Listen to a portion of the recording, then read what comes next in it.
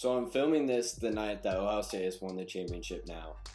And I had to jot some notes down because I feel like this Ohio State team, 2024 Ohio State, could possibly be one of the best teams we've ever seen. One of the best. Now here's why. Look at who are the most dominant college football teams of all time.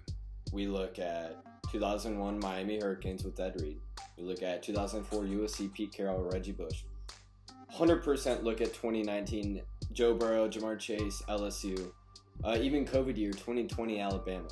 Now this is why I strongly believe that this year's Ohio State belongs in that category.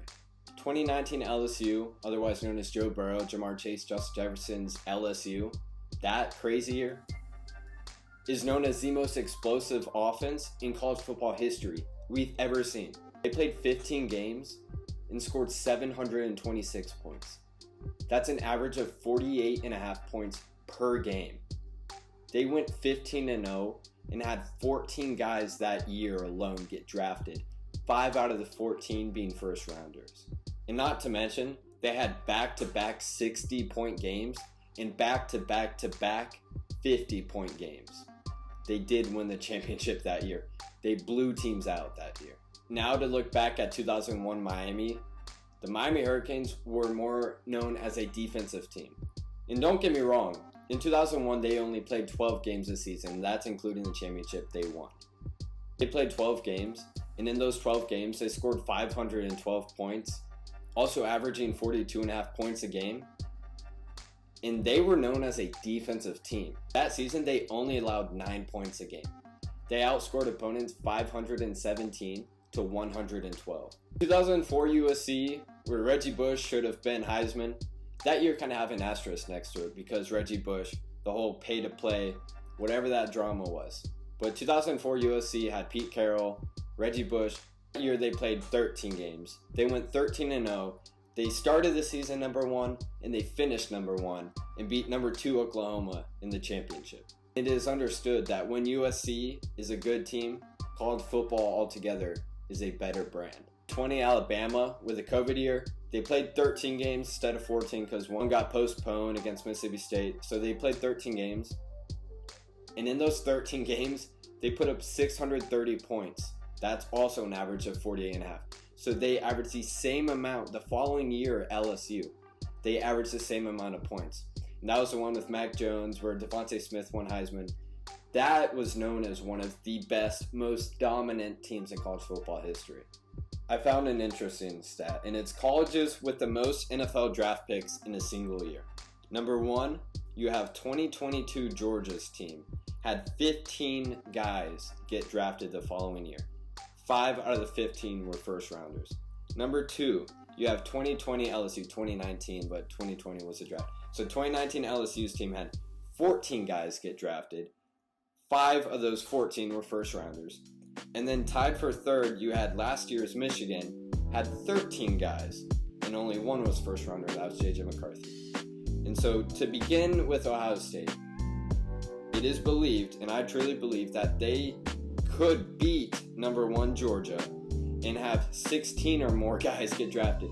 I mean, this team is loaded with talent. They have 14 5-star recruits this year, 7 on offense, 7 on defense. Next year, they have 2 of their best players returning, 1 on offense, 1 on defense. Arguably the best player in all of college football is an 18-year-old Jeremiah Smith.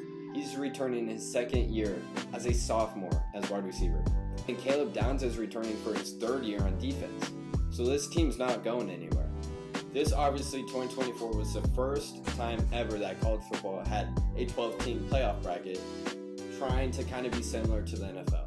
And so it's understood that this year's playoff bracket was the most challenging playoff to win out of all playoffs so far because it's the longest road, the toughest road to get to the championship. And they won that. And so it's understood that Ohio State arguably had the toughest 4-game stretch of all college football teams ever, the toughest 4-game stretch. You started off with one of the best SEC teams, Tennessee. And then you go on the road to number 1 Oregon, annihilate them. And then you face the best SEC team, powerhouse, Texas. Basically, they had home field advantage in Texas.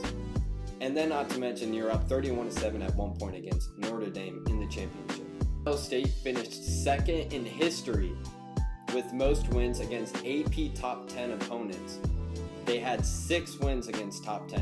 That was only second behind 2019 LSU, who had 7. And to add on to that, they faced a top 5 team 5 times and went 4-1 out of those 5 games, with the one loss being on the road at Oregon, the loudest stadium, by 1 point at the beginning of the season. My point for all this isn't to say that this year's Ohio State is the best team ever. We've seen plenty of dominant teams, but they need to definitely be considered one of the best of all time because they played 16 games, the most by a champion in college football history. Likely going to have the most guys get drafted in history, and if not, they'll be tied for first or second or third. They're going to be up there. And this is the most talented team in college football this year, and they're not going anywhere next year either. So Ohio State needs to be considered one of the best of all time.